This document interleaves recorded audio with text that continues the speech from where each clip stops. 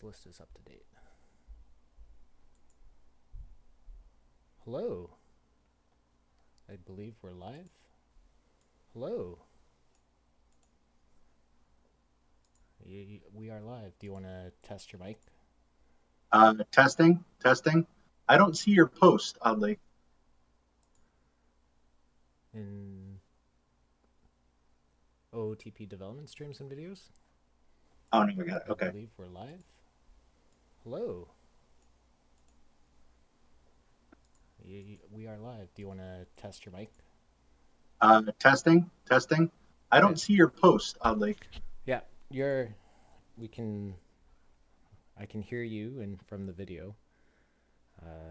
I think I might have to boost my mic because this was what someone suggested earlier. I wonder if I could do that.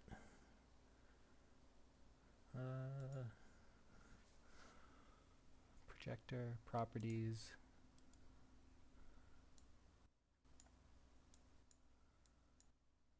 I think I can intent. Am I louder or quieter? Earlier. That I that wonder if sounds I could pretty do good. that. Uh, Projector properties.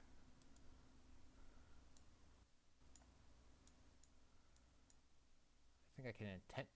Am I louder or quieter? Earlier. I That wonder if sounds I could pretty do good. that. I think I'm quieter, but we'll. I guess I'll just have to talk loud. Use Okay. my presenting voice. But yeah, let some people trickle in. Uh,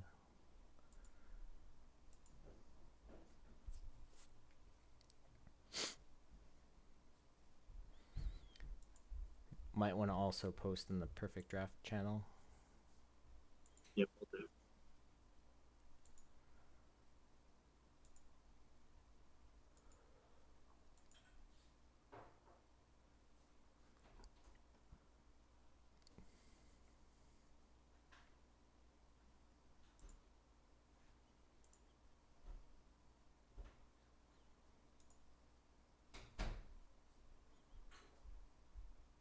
Oh, we're up to 10. There we go.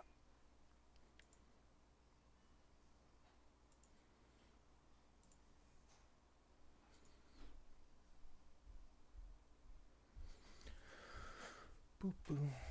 Really needs some like elevator music. Yeah. Ba, ba, ba, ba, ba. You get some Canadian, Canadian, some lounge music against the machine, Hey, whatever works. as opposed to Rage Against the Machine, Lounge Against the Machine. Well, we don't probably have the rights to Rage Against the No, Machine, I so think would be since just we don't want to get any copyright lawsuits as a result of this. no. Our the VOD would just get flagged, I think. Okay. And this is Durden's channel, so just Durden's channel would get would get banned. Right. Exactly. What? Yeah. Why do we care? Jeez. Oh, I think I know what Occam is talking about. Yeah. No, Uh, I've heard of Richard Cheese before. Checks Windows notifications. Oh, is the Windows notifications coming in? Yeah, got it. Uh, lots of things happening in Windows land. Okay, I don't know. I would say we're probably at quorum. Um, so yeah, welcome, welcome to a Durdenless experience. Unfortunately, he will not be hot tub streaming with us today. So I will take his place as Canadian host. And we have with us Aster, one of someone who wins a lot, and if you saw the perfect draft standings, this is a very timely stream we're doing because I didn't do really well in perfect draft in this past week, so I'm going to be listening, and so we're going to go through just basically some of the concepts that we talked about in Perfect Draft 101, which you should be able to find a VOD on the channel or on Durden's YouTube, and expand on it a little bit. And then I have a bunch of perfect drafts that Aster is going to guide me through. Funnily enough, Aster, for the weekly perfect draft, the one that my alt lost in the finals on, Aster helped me draft that team. So yeah, Aster is kind of good at this perfect draft business. So yeah, ready? Yeah, let's do it. Okay. Um, Kind of what we talked about before. The perfect draft stream one was more of a conceptual approach. Today we want to kind of lay out specific plans to a standard PD and then adjustment for the alternate PD formats, and then yeah, apply. So, Aster, take it away. Okay. So I find that the most important thing is you need a plan, but you also have to recognize that you're going to have to deviate from that plan. And these two quotes are, I think, very indicative of the general approach. The classic one is no plan survives contact with the enemy, which in this case is OOTP's randomizer in providing you with the cards for each round. And then probably Mike Tyson, as he does, put it best: everyone has a plan until they get punched in the mouth.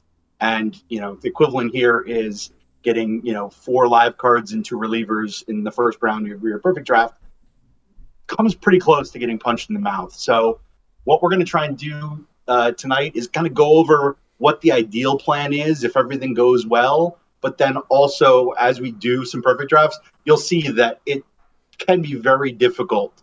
I don't know like an exact percentage. I don't keep track, but I would say my perfect drafts go to plan maybe 30-40% of the time. And usually I'm having to figure out how to adjust. And so we're going to kind of lay out the plan because it's important to start there.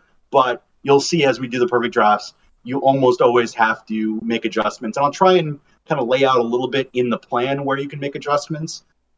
But, we'll really show that when we get to the actual perfect drafts. So looking at the early rounds, I like to break it down into early rounds being the first, second, and third, where you get your perfect and 2 diamonds. Just to clarify, I'm talking about the basic perfect drafts where you get 1 perfect player in the first round, a diamond player in each of the second and third round, and then you get 2 players per round until you get to the final round. We'll discuss other formats than that towards the end, but for purposes of this basic plan, we're going to start with that kind of most prevalent format. So first 3 rounds, I'm focusing my efforts on getting 3 elite bats. That's my ideal. If I can get an elite bat, ideally I want them to be at the more difficult to fill positions. So if I can get if I can get a Jackie Robinson in the first round, and then I can get a center fielder like Joe DiMaggio, or a like the new Honus shortstop is a great diamond card. Um, uh, you know, any of those kind of guys are ideal because you're both filling a tough to fill position where the drop off is going to be huge, and then also you're getting an elite bat. If I can't find second base, shortstop, center field, I'll move kind of out on the diamond to the corner outfielders or corner infielders, and then if you really just don't get a good bat, then and even if it's just like a mediocre bat, if I get a mediocre bat and a really good pitcher, I'm going to take the really good pitcher and, pass on the mediocre bat. And if you really just have no options, then obviously take whatever is the best available. Don't if you're looking at your draft and there's really nothing that like comes close to ideal, just take the least worst option. Even if it's in a reliever, or you'll just kind of have to now adjust if you end up starting out that way. But it's better than just forcing yourself into be like, oh, Aster said take a second baseman no matter what. If you really get offered, a really bad second baseman, I almost rather take an elite reliever or a mediocre, left fielder than to take a bad player in those early rounds. I Uh, know. I know. Last time we did this, some people disagreed with some of our opinions about taking Hank over Gehrig, but has your opinion changed? um, Not really. I mean, first of all, it frustrates me that that's what some of the conversation was about, because I don't think I've ever had that choice in a perfect draft.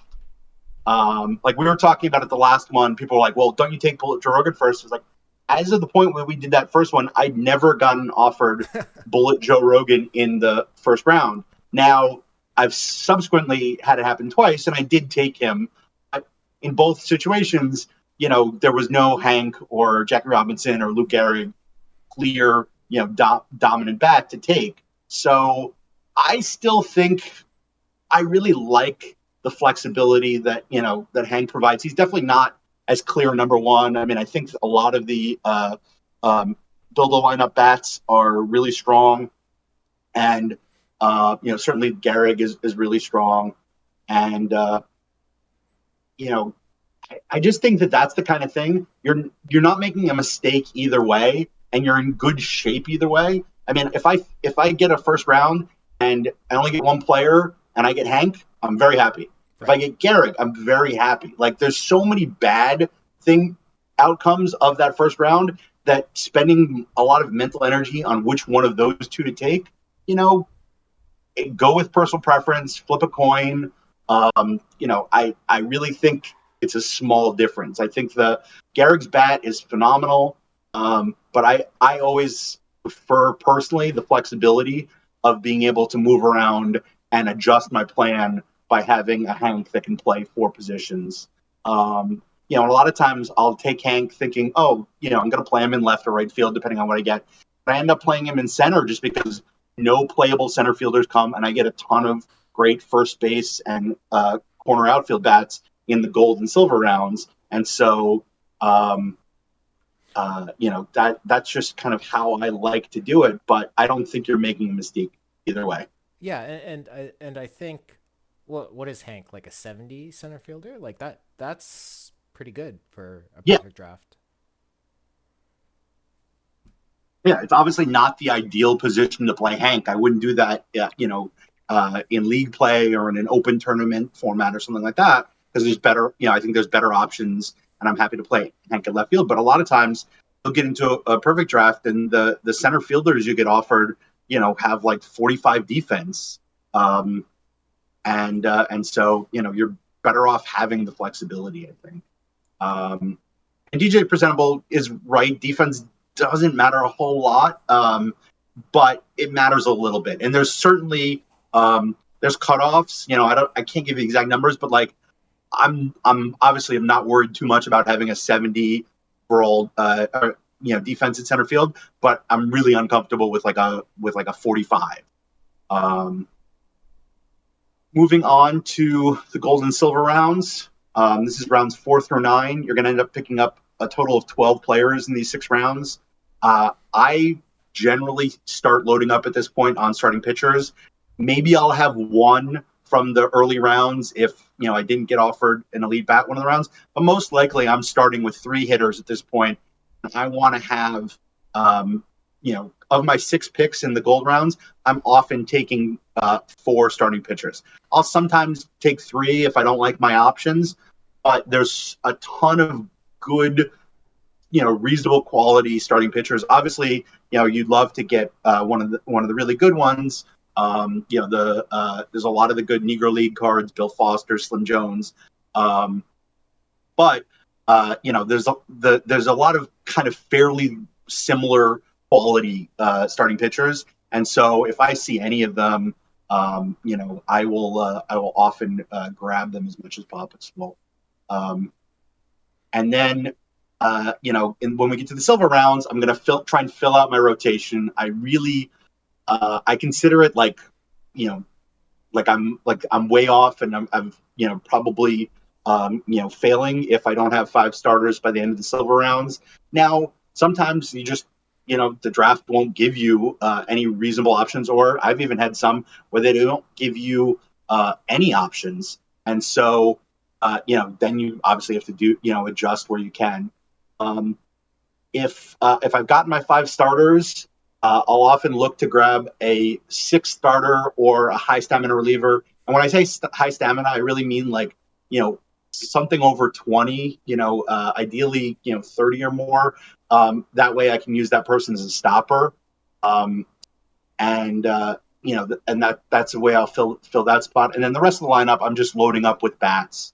Um, and you want to try and have one guy at each of the spots. If the distribution doesn't work out that great, and I don't get a good reliever, or I don't get a 5th starter, I'll grab a second catcher, because the starting catcher plays the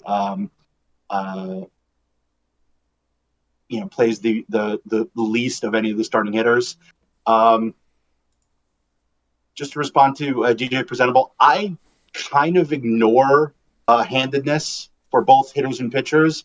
I just feel like there's too much going on in a perfect draft, and I go through them quickly because I do a lot of them. I don't want to spend a huge amount of time, and I just kind of will often finish a draft and be like, oh cool, I got 4 lefty and 5 righty hitters. That's a good mix. And then I'll look at other ones and be like, oh, I got 1 lefty hitter. And usually I've gotten such solid hitters, and that's my focus, that I usually don't feel like I'm at a big disadvantage that I didn't end up getting lefties. If I'm looking at 2 guys that are somewhat similar, probably lean towards grabbing the lefty bat because I know that I'm going to have less of them.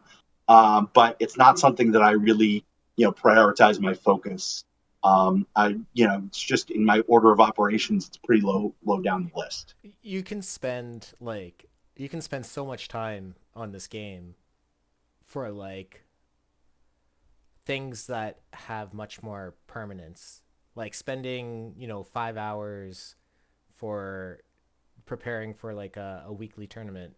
That's excessive, but hopefully that 5 hours, the next time you prepare for it, it's 4, and next time is 3, 2, 1, or whatever. But spending a lot of time in perfect drafts is kind of, I find, futile.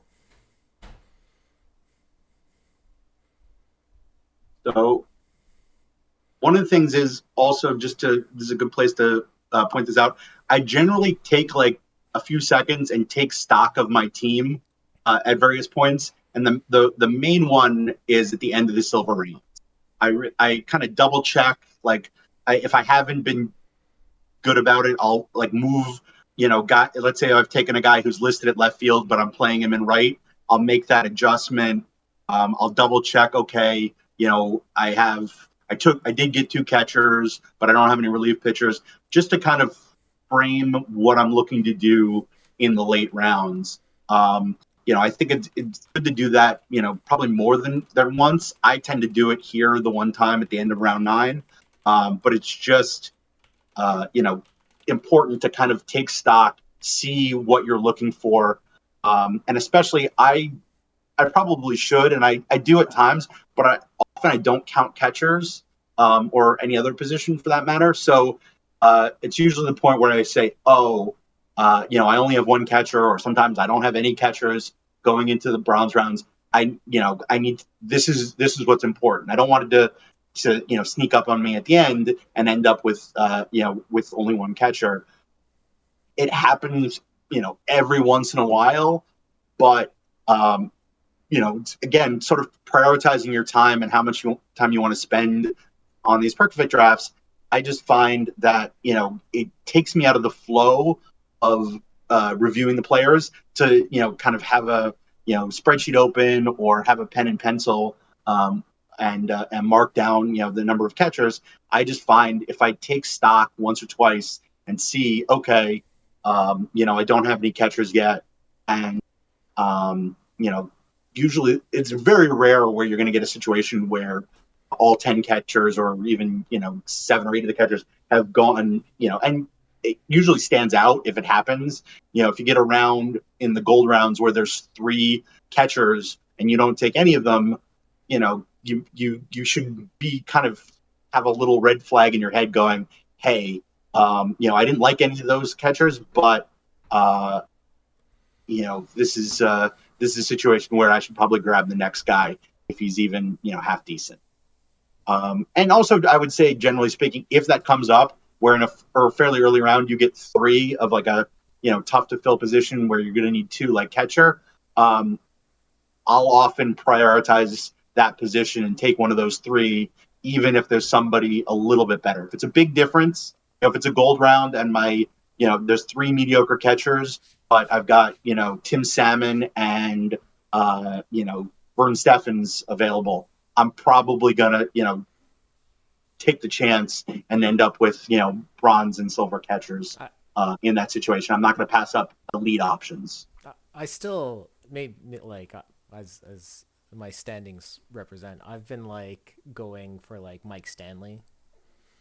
If he shows up, I feel like he's probably one of the differentiators in gold, but maybe that's not the case. Um,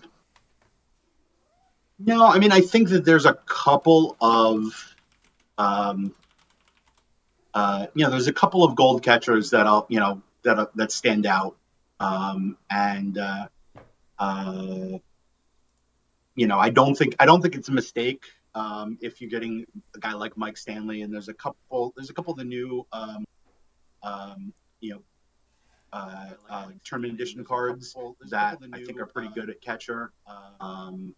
But generally speaking, I'm going to avoid it because that they're going to sit a good amount. Silver seems like the sweet spot that you're getting quality, but you're not passing up a massively better bat that you can get often in the gold rings. So moving on to the bronze rounds. Again, this is round 10 through 12. You're going to get a total of 6 players. Um, my first goal on this point is fill any gaps in the starting lineup or rotation if I didn't manage to fill those spots. So if I got through, the silver rounds and I didn't end up with any catchers, I'm gonna really look to grab, maybe even 2 catchers in the 10th round if they're presented to me. Um, and if I ended up with only 4 starters, then my first priority is going to be trying to grab a 5th starter. And often, one of the nice things with if you in a situation where you get to the 10th round and you only have 4 starters, you can grab the first starter that's available, even if he's not great, because worst case scenario, you get another one in the 11th or 12th round, and becomes just another bullpen arm, and so you don't hurt yourself that much. So definitely that's a spot where you can kind of make sure that you're not at least going to end up with nobody good or nobody playable in that 5th rotation spot, just by grabbing somebody right away. Once I've kind of covered any deficiencies from the prior rounds, I'm definitely looking to grab my backup catcher as quickly as I can in the bronze rounds. And then I'm looking to grab, 3 or 4 more pitchers to round out my bullpen. Um, and the end goal is to get 10 or 11 pitchers by the end of the bronze rounds.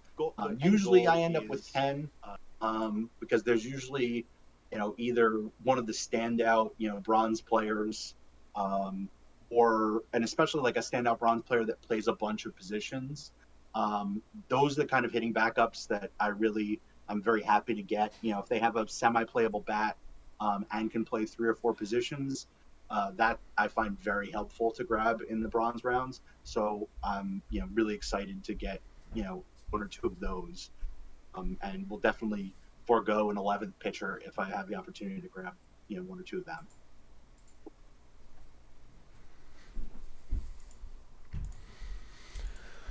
Iron.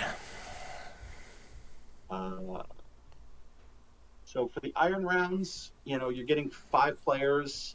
Um, I'm, first thing I generally look at is, to grab 1 or 2 players to finish out a, 12-man pitching staff. And, I if I've really ended up with pretty weak pitching in general, I'll sometimes maybe go and grab a 13th pitcher. But I generally avoid that. I'll even sometimes go, if I feel like I've got decent, pitching, I'll even go 11. Usually that gets you in trouble, but um, you know, uh, yeah, I mean, if I've really kind of done well with pitching, that I've got a lot of like good starters in the bullpen that are going to eat up some innings, then I'll look to kind of grab some extra bats. But generally speaking, 12 usually is a pretty good sweet spot, regardless of kind of how my pitching has gone. I also think that simplifies things, that you're not having to take some time to really get that much of an assessment of your team while you're on the clock. Um, and then, the last thing is I'm looking for, batters. This is actually a good point to do like another check to say, oh, okay, so I have two catchers. I have somebody that's going to back up left field and right field and third base. So I need like a second base shortstop kind of guy, and I need a center fielder. And then you can use that as your priority. Um, and I'll definitely pass up better iron bats because at the end of the day, the strongest iron bats still aren't that much better than the weaker iron bats, compared to the other guys on your team. I'm only going to get few at bats. But the key thing is I really want to make sure I have guys that can play every position as a backup, and that way you don't get situations where your starting shortstop has played 12 consecutive games because he didn't get any days off, and is at zero. So that's a priority for me, is just protecting against that situation. Um, you know, every once in a while I won't have planned it out that well, and I won't get a guy who has shortstop eligibility in the 13th round, in which case I'm usually in trouble. But if you're prioritizing overlap and making sure you get guys at every level that have multiple positions, it doesn't happen that often. I've seen it too, where the AI will play people untrained in positions, which is I think different than last year, where if if you didn't have like a backup second baseman or shortstop, you'd be SOL. But this time, um, it I think I accidentally forgot to draft a second baseman earlier today, and obviously lost in the first or second round. But I did have a backup though, so it's kind of interesting. I haven't really looked too much into when those when those cases happen where I you think I'm not 100% on this, but I think it's that if a player has the um, eligibility to train at the position, um, and that in that case, so if it says on the bottom of the card, you know, eligible to train at second base, even if it doesn't have any stock defense at second base, I think it can play that position. But I'm not sure if that's what the rule is this year. But I definitely have seen that there are guys that don't have any stock defense, um, and obviously you can that might help to kind of learn who those guys are. Um, but I haven't really. I feel like it doesn't happen. Um, oh, RDT. So that's correct, RDT. That it's based on if you can train at the position. Okay, cool. Um, yeah. So one of the things is if you grab one of those guys in the late rounds that's like a live second baseman or shortstop, often they have some stock defense at like almost every position, but you can also see a lot of those guys can then also train at even a couple of positions. Um, that they're not even listed as that you see. But if you click on it, you can see that they are eligible to train. Um, so that's the basic plan for a standard perfect draft. Um, and then if you enter a double perfect draft, I don't make a ton of adjustments. just to go over it, all the double perfect draft does is the first 3 rounds, you take 2 players instead of one, so you get 2 perfects and 4 diamond total, and then they take away those 3 extra picks from the iron round. So you only take 2 guys in that last round. The adjustments I make are I try and take one pitcher in the perfect or the diamond rounds. Um, just since you're now getting 6 picks in those rounds, I'm willing to kind of have the distribution be 5 hitters and 1 pitcher. I'll sometimes even go. I'll good reasonably more likely to go 4 hitters and 2 pitchers if I get either good options at pitcher or bad options among hitters. So I'm just willing to make that adjustment depending on what I'm offered, and I don't feel like I've deviated from the plan much if I end up with 4 hitters and 2 pitchers or 5 and 1. But I do feel like I'm in a little bit of trouble if I've gotten 6 hitters and no hitters. I'm sorry, no pitchers. Um, Again, I push it up a little bit more. That's I probably are having 1 or 2 starters. Um, in the diamond and perfect rounds, then I'm really trying to get, fill out the rotation by the end of the gold rounds, or maybe, leave one spot over. But I don't want to be, in a situation where I'm through the gold rounds and I only have 2 or 3 pitchers. That happens a lot more in regular perfect drafts, but in double perfect draft, I feel like you're now in a lot of trouble It if you get to that point. it's also round robin, right? The double. Not necessarily. Not all of them. Okay. No, I don't think all the double perfect drafts are round robin. I think the only one that's the daily that's a round robin is the double live, which we're going to cover my rule on live perfect drafts in a minute. Yes. Um, but um, but yeah, so I don't really ever play that one with the round robin, and I think there might be a weekly that's a round robin as well, but it's not. It must be one of the ones that only gives 2 diamond packs um, uh, or points. So I generally don't play it anyway. Um, so basically, in terms of again, as I talked about, like taking stock at the end of the silver rounds, when I finish, oh, go back a second. Um, Yep. okay. So you're going to have 18 players by that point. I generally want to have all 9 starting hitters, my backup catcher, 5 starters, and 3 relievers. Um, the that's you have more flexibility. You're going to have a lot more playable cards by that point, just because of the having the more of the diamonds and perfects. But that's kind of my general plan. I find it easier to accomplish that in the double perfect drafts than in a regular perfect draft. But one adjustment is if there's not a good third reliever, I'll often try and look and see if maybe I can set up a platoon with maybe if I filled one of my hitting spots with a silver hitter and I can grab somebody at the same position opposite hand, that can be a good spot. Or just a guy that's maybe plays 3 positions and can be a really strong backup at those couple positions, is a guy I'd be happy to get if it's a good solid bat and plays reasonable defense. Uh, I'll be pretty happy.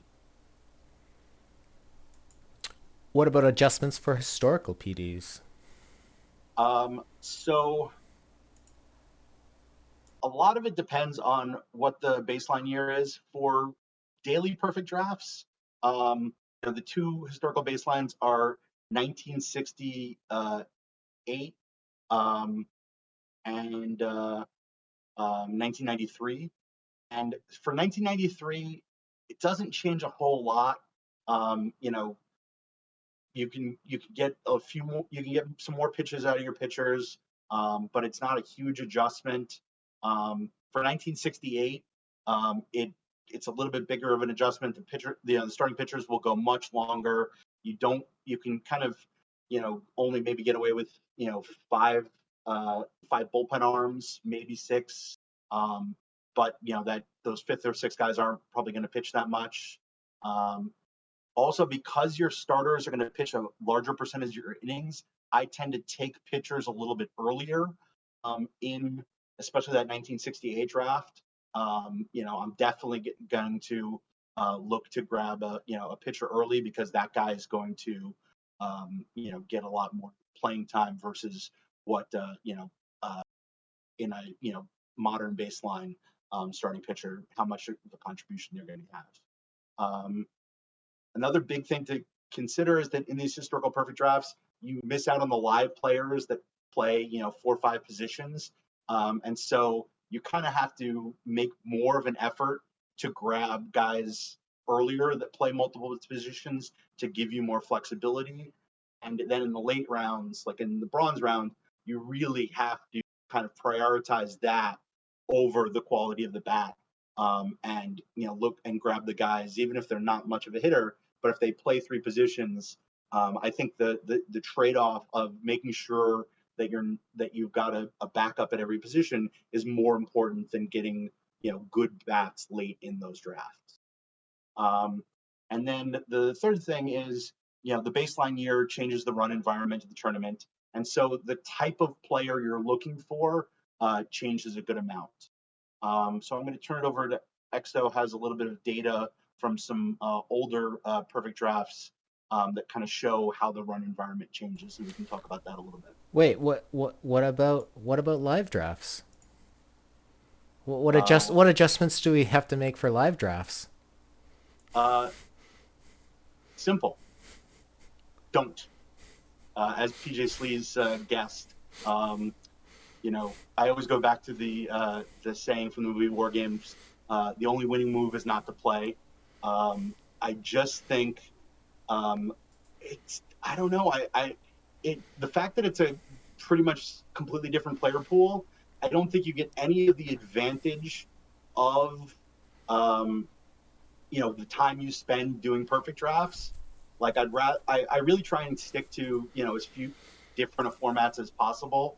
I play the regular daily ones. I play the 1968, and I play the 1993. But I don't really want to have to constantly be thinking, um, you know, about too many adjustments. And so, one of the things is, if I do a couple perfect drafts every day and they're similar formats, you don't have to, make, huge mental, adjustments from tournament to tournament.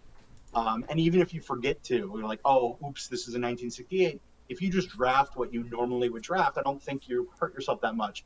But lives, especially, I just don't know the live player pool as well. I'm never taking them really, except for a couple, exceptions in regular perfect drafts. So it just feels like I am kind of, casting about. I usually find if I accidentally end up in one that it's taking me a lot longer to get through them. And just, I don't know. I think I've done well. I think I finished second in the live weekly one time. But I don't enjoy it. And at the end of the day, like if there's so many different ways to play this game. Focus on the ones that are enjoyable.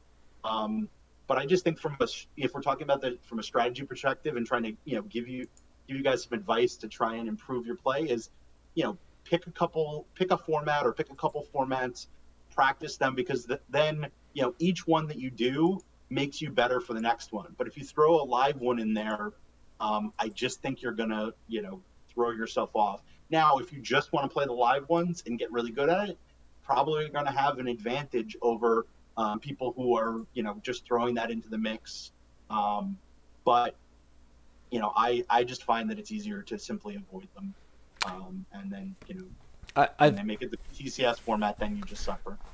I've tried like I've just been going to whatever pops up on the list typically, and so like half the time it ends up being, or not half well, some of the time it ends up being the live ones, and it's like pick Tatis, pick Trout, and then oh, I think I did well in one when it just happened on the live update, and I got really lucky because I think I had four perfects after it because I think I had Judge before he went perfect, and yeah, I think that was the only reason why I did well in that draft was because I took advantage of the live update. So if you want some shenanigans, do a draft so that it occurs on the Monday after the live update. I think that's probably Yeah, and one of the things is, I think practice is the most important. Is just do as many of these. So you get comfortable with the player pool. I think if you play a lot of regular tournaments, you're going to get, you're going to be fairly familiar with most of the guys. But there's a lot of guys that are playable and good, solid options for perfect drafts that you would never play in, the open version. So if you're in the gold round, there's kind of a somewhat limited pool of guys that you're going to play at, let's say, right field, depending on which guys you have on your team. But you know, there's a ton of really solid bats that probably like aren't quite at that meta level, but are very solid, and you know you can do really well. So one of the things is, the more perfect drafts you do, you start to recognize those guys that maybe don't stand out from regular tournament play, but um, uh, you know are really good options if you don't get one of the elite options, because again, you're not offered a big percentage of the overall player pool in any perfect draft. So a lot of times it's picking the solid option and not making the mistake versus trying to hit home runs. Every once in a while you'll get a draft where every round it's like, oh, I got one of the elite guys for that level, but that doesn't happen that often. And it's not like and oftentimes your wins come from drafts you didn't even think you did that well, or you like are annoyed that you didn't get good options early. But if you just avoid big mistakes, I think you give yourself a chance in a lot of them. And then if you play a bunch, you're gonna have some good rounds. Um, so so. anything Exto you want to cover about perfect drafts? Stats. Oh, there we go. So yeah, so this was from last month. You can kind of see the various differences in run environments. So the three ones being 1968, 1993, and modern. Uh, I would say probably as we were kind of pulling this together last minute. That's why it's so wonderfully formatted. 1968 is, as Aster explained to me, is the year of the pitcher. So you can kind of see, we're more than a full run below, or more than one run below the modern era. Uh, Pitchers in general don't really. I guess defense plays up is how I read this in 1968. Yeah, I mean, when runs are harder to come by, you're going to need I think letting up a run becomes a lot more painful. So pitching becomes more important, defense becomes more important, and then if you're not going to get the with the walk rate being lower and the home run rate being lower, like you've got to look for other ways to generate runs from the hitters you do have. Um, and even the BABIP is significantly lower. Which if you look at a lot across a lot of the eras, a lot of things change, but the BABIP doesn't always make a huge adjustment. But that's a pretty good drop in BABIP, 24 points. So it's definitely um, an interesting situation where you can make some adjustments and maybe get an advantage over teams that aren't paying much attention to that baseline. Right. And then you can kind of see that the offense really takes off in 1993 with the power. The home runs is a full home run difference between, or half a home run difference between 1968 and 1993, and a little bump in the run environment in general. Um, Well, and yeah. then we saw last week, with the PTCS was it 1999 or 2000? was the or 98 was the baseline. One of those 3 years, I can't remember exactly. And the I home think it run was per nine was 2000. like it was 2000, Yeah. and the home run per nine I think was close to two. Um, and that was really we'll go far era, um, and definitely had a big impact on you saw everybody's bullpens were destroyed second game of a series, and um, it was kind of hard. It was hard even to plan for that. Like I figured that was going to be the case, and it still did. Nothing I did in putting together my teams helped much for that purpose. Um, but some guys got good roles, and some didn't, and but definitely I think if I realized just how extreme it was going to be, I probably would have made more of an adjustment. I thought I could mostly get away with making small adjustment there, but it really was a pretty significant amount of difference. So that more or less concludes the I guess lecture component of today's class. But Aster been kind of passionate about standings, and I'm guessing it's because his name is at the top of it here. So yeah, you want to walk us through this, I guess? Sure. So all I did with this is I took the top 10 sheets that Nico puts out every week on the website, and I just compiled the data of top 10 finishes. So first slide is weekly tournaments. So going across, it's just we've had 11 weeks so far, and you can see these are the people who've made it to the top 10 at least three times, um, and plenty of very good players on this list. Um, Ludwig, I don't think that's how I'd look at it. I think making the list is impressive. Um, it shows that first of all, winning a week is always impressive, but also doing it more than once is certainly impressive, and just shows consistency, and to a certain extent it also just shows that these are the people who play this format consistently. There's definitely some people who kind of bounce around, and some weeks play dailies, some play weeklies, some play quicks, and maybe have had some success, but if they're not playing it consistently, they're not going to show up every week, because you really need to play at least, probably, I don't know, unless you get really lucky with the ones you play, you probably need to be playing 15 or more of these each week in order to get up near the top on a consistent basis. I think I average about 18 or 19. There's usually a couple that I miss. I think while we're doing this, I think I missed signing up for uh, the golden something defense. GDB. GDB. Yeah, there we go. They're really making these very easy to remember this year. So, it can be hard to sign up for all of them, especially if you're trying to also play some dailies. But you know, if you can get in a good amount of them, definitely helps to get on the list. And then the next one's going to be tournament dailies. There is one person who is extremely like wow, and that has to be uh surprisingly Mr. Red Eclipse. Um Well, I really look at this and I just see two people. It's Red Eclipse and Bluebird Silver.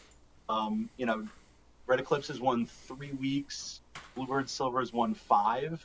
Um, and you know, I'm just going to assume week nine, Bluebird Silver was away from the computer all week. I don't know that that's for sure, but um, that would seem to be a likely scenario, because it's very hard. Like I can still get into most of the weeklies if I'm traveling or on vacation, but dailies is a lot harder uh, to do that if you're if you're traveling away from the computer. yeah, with Go it's probably a lot easier if you already have kind of your rosters all set up, but yeah.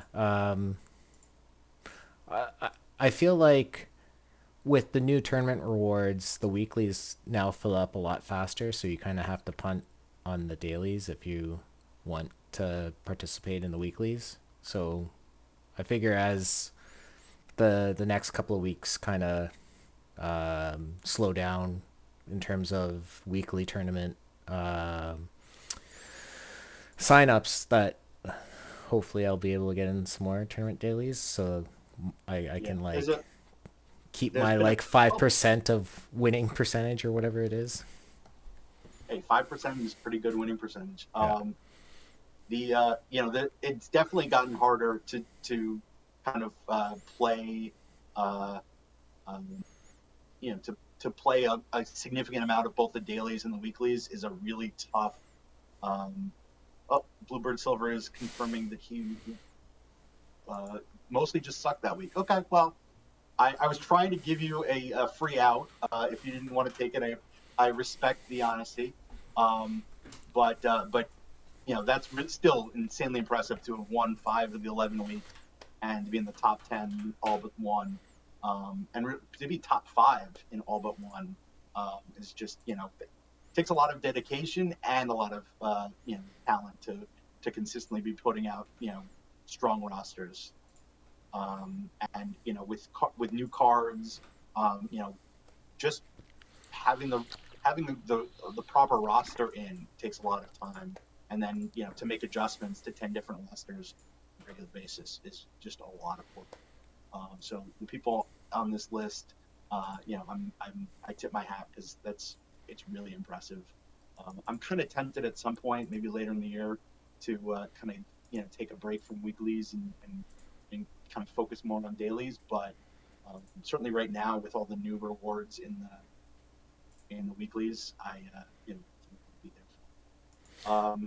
So this is did we I went go to back. next? I went back to the perfect draft. Okay. Um, So yeah, I see a familiar name up there. You. yeah. So uh, I guess I've done really well in the daily perfect drafts. I quite honestly, like, I think I'm good at it, but I didn't think to. I think it's a lot harder to be consistent. You're playing a lot less tournaments, and so the variance is going to be a lot higher. The people toward the top of the weekly list only get in like 10 to 12, um, uh, and that's um, that's just not that many tournaments that a little bit of bad luck or a little bit of good luck can have a you know big impact on the standings. So I feel like I've gotten lucky to slide into the top 10 a couple times when I didn't even think I'd done that well. But uh, you know I like daily perfect drafts a lot. I just 10 You. to 12 feels like a lot when you're talking about compared to the weeklies where you can maybe get in 3, maybe 4 if you really manage it well. But usually, if I do a week where I got 4 uh, on my alt, then I often only get in 2 or 3 the next week. So, um, and then to try and focus on the ones that actually have good rewards, it can be really hard to play in very many on a weekly basis. for So, for the dailies, like getting in the top 10 is like maybe what you need 4 placements or so. uh, trying to think. First is usually somewhere in the range of like 60 to 70 points, and I think you need like somewhere in the 40s to be in contention for the top 10. So that's like 2 wins in like 10 or 12 tournaments, or like a win and 2 third or fourth place finishes, um, or 4 semifinals would get you there. So, um, yeah, it's not easy, but if you play a lot of them and you get practice with it, you can do well. And then of course, Perfect Draft Weeklies is largely just kind of a crapshoot. You only get into between 2 and 4 a week, and the top 10 is generally everybody who won that week, and maybe they picked up, a point or two in one of the other tournaments they played in. Uh, so it's definitely, it's the hardest, to qualify in. You can't really brute force it. You just have to, catch a good run, once or twice during the month, to qualify for the PTCS. And as you see, there's not that very many people who've been in the top 10 more than once. And really, basically, this doubles the list of people who finished, who won, um, who won a weekly tournament twice the last 11 weeks, because that pretty much is what gets you on the list. Although I think actually my alt is on the list, and the one of the times I finished second, and then I think I had like a quarterfinal, was why I got into the top 10 rather than actually having a win. So, but you basically, the people who finished first and second are the only ones who ever get into the top 10 for that week, pretty much. And And then the then last slide. finally, yep. Just tell us about this one. So this is just I combined the data for the 4 individual formats and added it together. So just going from left to right, weekly tournaments, daily perfect drafts, and weekly perfect drafts, and just to see who are the people who are finishing the top 10 in more than one formats, and people who are overall finishing in the top 10 the most. And I think there's a lot of really good tournament players in both perfect drafts and tournaments on this list. Well, yeah. If you need to learn about anything about tournaments or perfect draft, go and ask some of these people on this list because they obviously know what they're doing.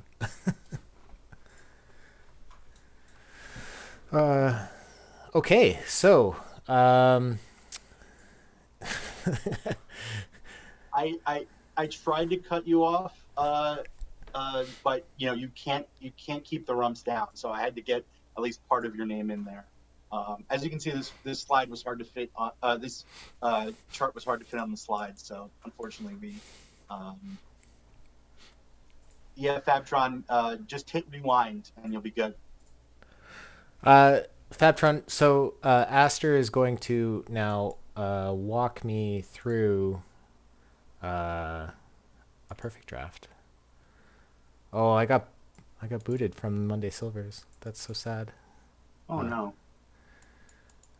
All right. Well, here's my sad list, but I'm gonna just jump into something. Let's jump into a daily. What is the next daily? Oh, good. Guess I'm doing the gold. No, that's a wrong idea. As I futz around here, I'm just gonna sign up for the weekly, and then we have a couple of perfect drafts queued up. So let's draft.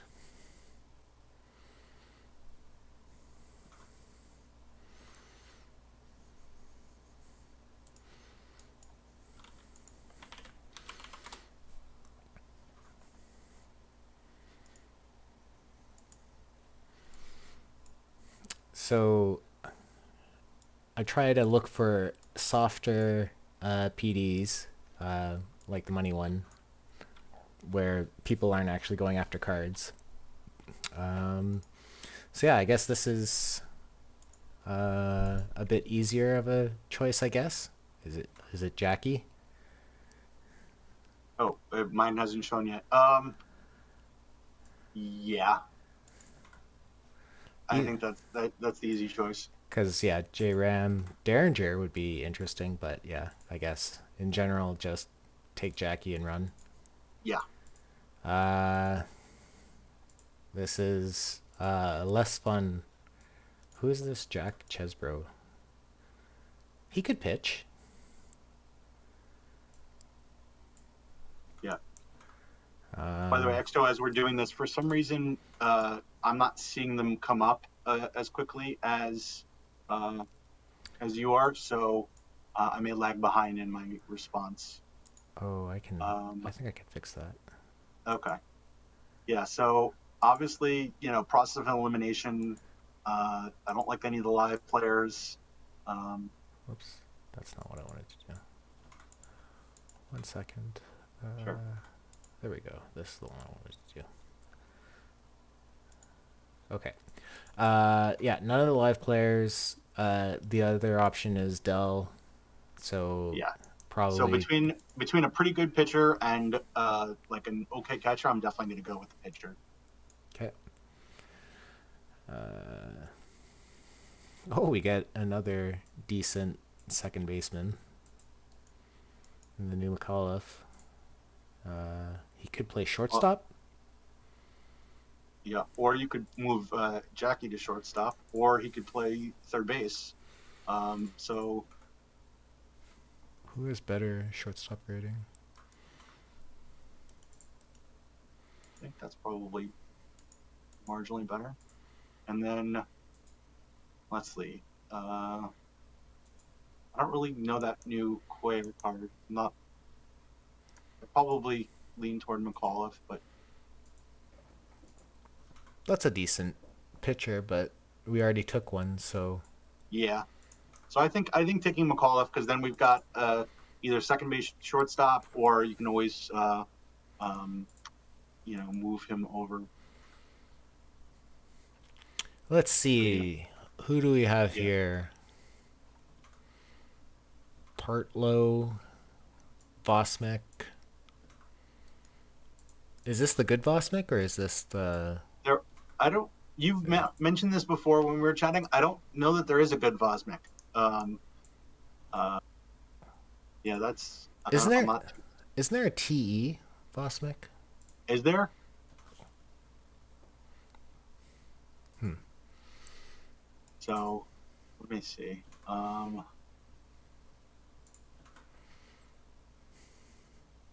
Take a third shortstop.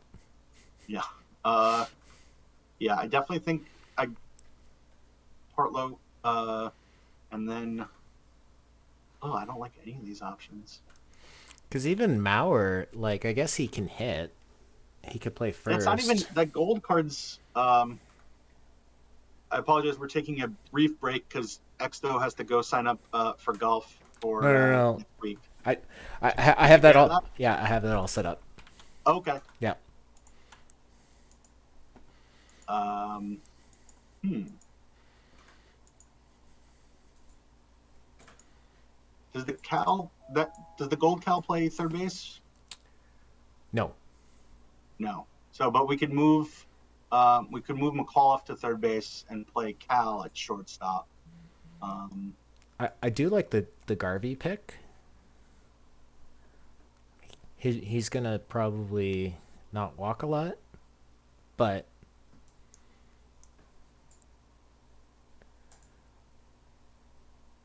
then I um, can't draft a third base. That is true. yeah, I mean, again, this is triage where you don't have any good options. I think between taking Cal and moving McAuliffe to third base, or just taking Garvey, where if you get a good first baseman, you can move him to third. I kind of like that flexibility. Um, We did it live. We took Cal. okay, Uh, okay. so So Beckett stands out as a good gold pitcher, um, and then I like Wirtz as a right fielder. oh yeah, Um, so those are guys I'm happy with, um, but those aren't they aren't like home run options, but they're definitely the best of this the crew. Alec Thomas this year is not as broken as he was last year. It was kind of No, sad. The other option would be maybe Tino, but I don't think the power plays up anymore, especially with the BABIP. no, I'm not a big fan of that Tino card. Or we could Um, go pure defense. What is the 105 first base defense? No, I think it's Wirtz and Beckett. Okay. Oh, Titcom. Tit. Man, I love this card. Um, Finley. Interesting. Um, compared, I don't know that Altrock card. Oh no, that has really low stuff, right? The Altrock. Yeah, it's a junk baller. Okay, so we'll skip that. The Shane Mack. That's not bad. Hidalgo for center field, I think is. I don't know. Compare that with Finley. I think Hidalgo is better than Finley, but Yeah, I don't. That I haven't really. That Finley doesn't really stand out. oh, they're about the same. But I think the 92 range for center kind of trumps Yeah. that.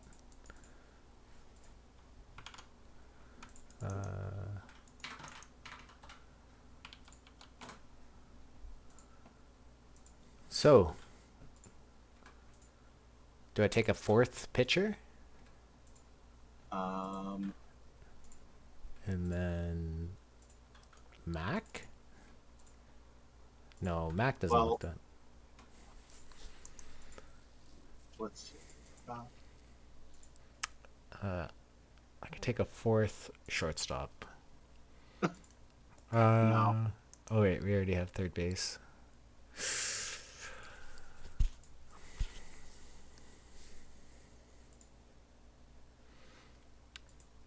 I think I would go Hidalgo and Titcom.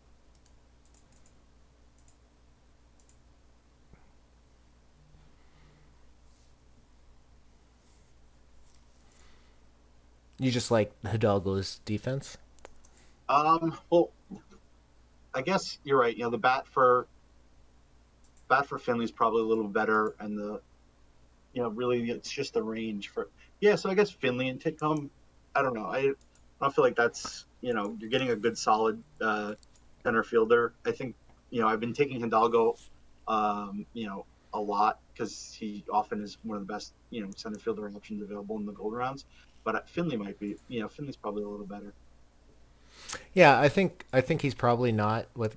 I feel like the outfield range is probably a lot better, but I feel like the Yeah, bat but the overall play defense, yeah, and the bat I think is a good bit better. Um, so done.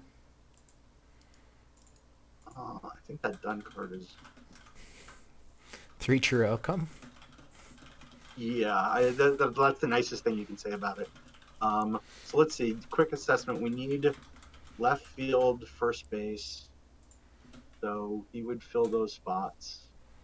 Um, does have good power and eye, and those are two of my favorite stats. But um,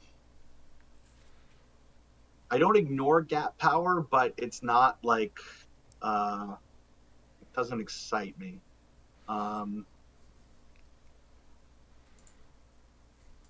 I end up taking Kevin Rogers a lot as my as a reliever, but it's not anything special. Definitely not Tavares or Worthington. I think Worthington's close. Oh no, wait, is Worthington high low high? Mm, that's a pretty okay. 60 for control is pretty good. I'd be Yeah. okay with these two. So what Good. are you going with? Dunn, With Dunn and Worthington. okay.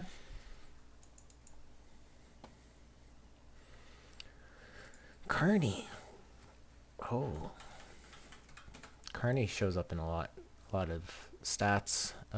Jay Buhner. This is an interesting card. Ooh, another three true outcome guy. Except he can only play one position. The Wilson Contreras card I think is good. I always see him Okay. come up in terms of he's a terrible catcher, but Right. he's a good. Yeah, he's got a pretty good bat.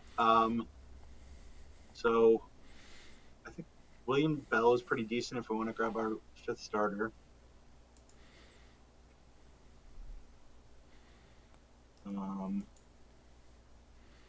could take Buhner and move Wirtz to uh, first base. Oh, okay. We get one more silver round, right? Yeah. Because the alternative is Lansford, and I've seen Lansford come up in some of the stats for first. And but what? Oh, Lansford he plays first. Yeah,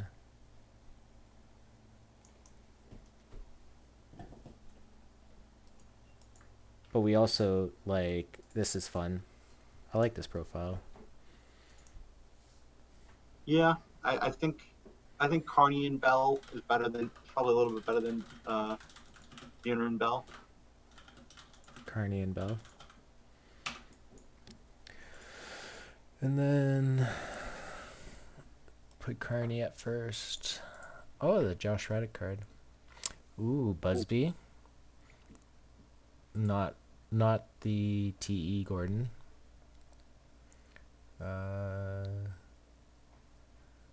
So I think so. Right now we're only missing catcher and DH. So I think that Reddick card um, might make a great DH, or moving one of the other guys and at left. Or Reddick plays left and right, right? yeah, Yeah. So you Stassi. can either Reddick plays DH or Dunn, um, and then it's either Stassi or grab Busby as your top reliever. Mm, I'd almost like pick. I'd almost pick Busby for long relief. Yeah, because I feel like Stassi is like an iron bat, and Yeah. I'd rather just pick any two. Yeah, I would Um, usually, if I'm taking Busby here, I'm putting him as a stopper. That I want him to get. I find that gets you the most, important Now, innings and the most volume of innings in the bullpen.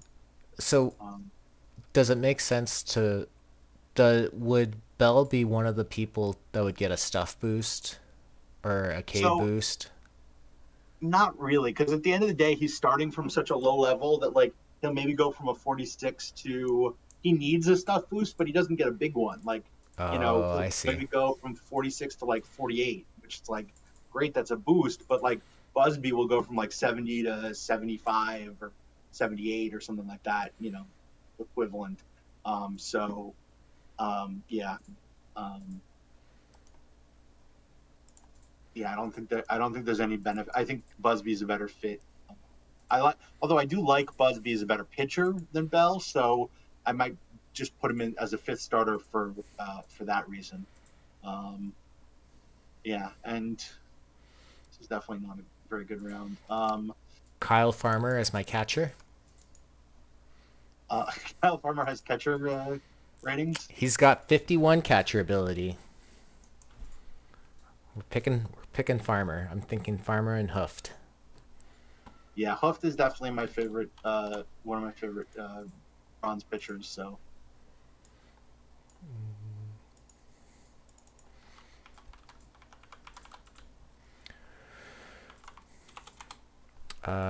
So yeah, let's do that.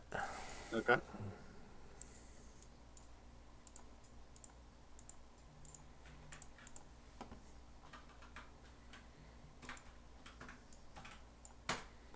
Uh, Oscar Levi is good-ish.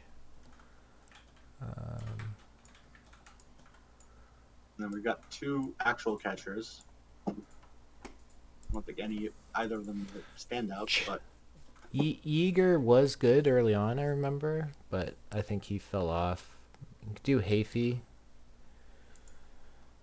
I think I would lean towards taking one of those two catchers because I think we're now, without having actually counted, my guesses were in the that's like 7 and 8, and so to pass up those two and hoping that you get in a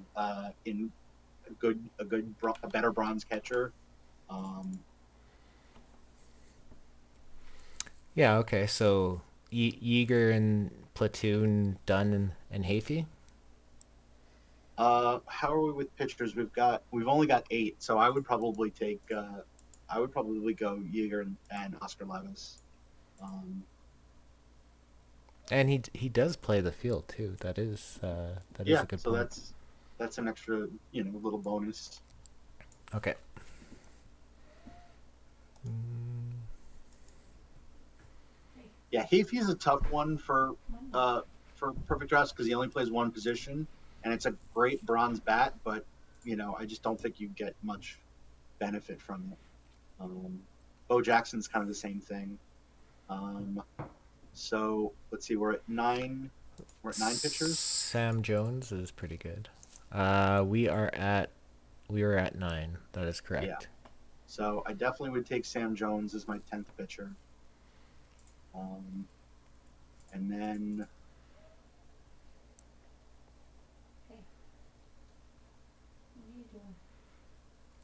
any of these guys play a lot of positions. I'm not too familiar with the new Rusty Greer. Does he play all the outfield Elliot positions? plays third and right, but that's about it. I think Harrison does plays the infield, second, third, short.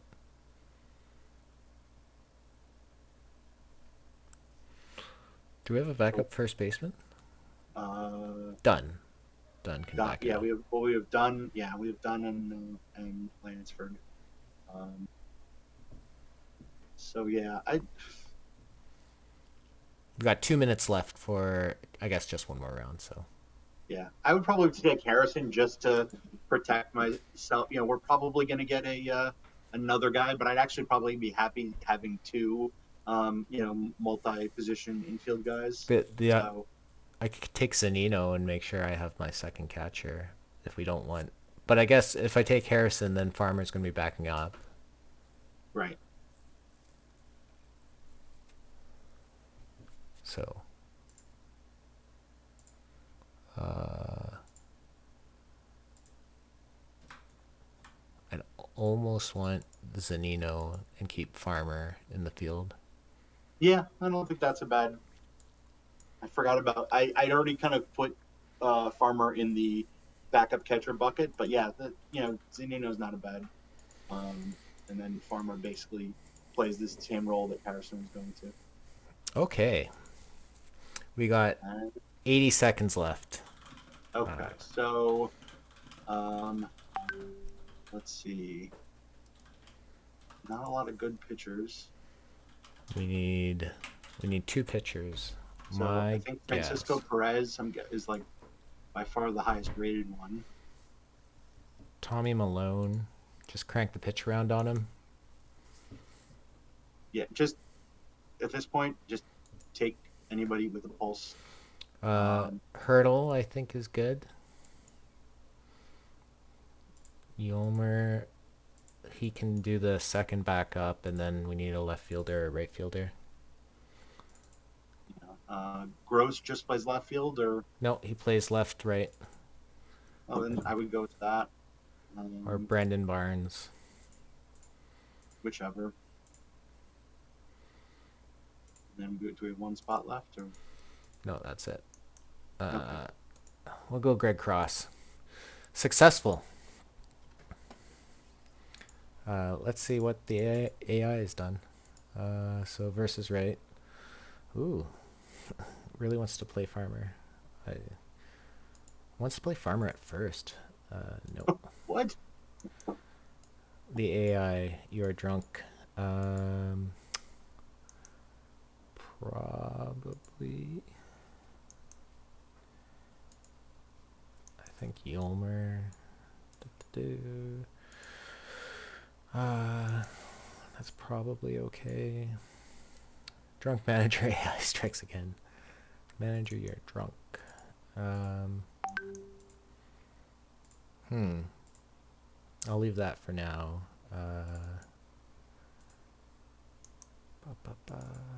It really wants to play. Do I not have? How do I have You're that missing? many? Oh, Hurdle. I definitely put somebody else at backup DH instead of your uh, Instead of starting Yeager. catcher. Or I guess I don't know. Are you starting Zunino or Jaeger? I would have thought Jaeger, but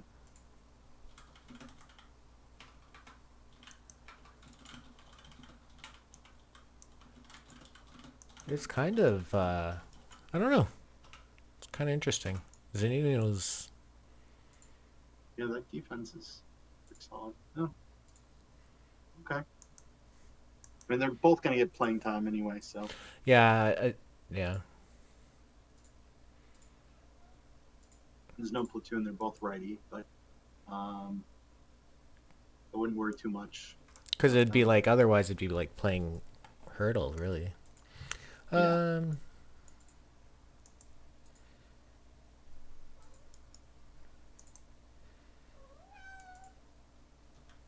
I guess I don't have a second center fielder. We done messed up. Don't have a second center fielder. No, Oh, it has Gross in center field. we done messed up. Okay. Oh, Drunk drafter strikes again. Except I wasn't drunk. Um, whoops. well, Gross. At least Gross is listed as being able to fill the spot. So you at least won't have Finley go to 0, but it might be ugly. Um, I don't know. I played a guy in a daily the other day who had his roster somehow came up as 22 pitchers and 0 hitters. And so he had pitchers at all the fielding spots. And in the 3 games, only committed 7 errors. So, you know, the engine does not, guys with no training at a position, are bad, but they're not, it's not catastrophic.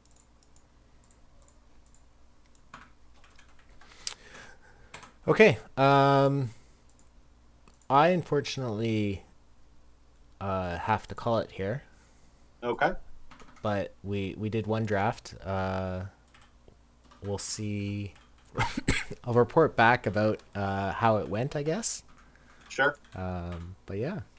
And we may do in the future, we may do like some perfect draft streams, not on Monday night, just kind of like, you know random hop on, do a couple perfect drafts, and just talk through it and let everybody discuss kind of the picks as we go. So and just as an announcement, so next week Durden will be back presumably, but I will be uh, on vacation, so you're going to get an Exto and Durden stream.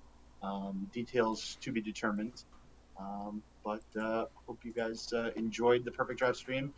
As always, if you have any questions or thoughts, either about this stream or about what you'd like to see us cover in the future, please DM Xdeforus, Aster31, or follow Durden and let us know how we're doing. And we're always happy to answer questions and always happy to get ideas for future streams because, otherwise we're going to do Perfect Draft 7, coming up soon.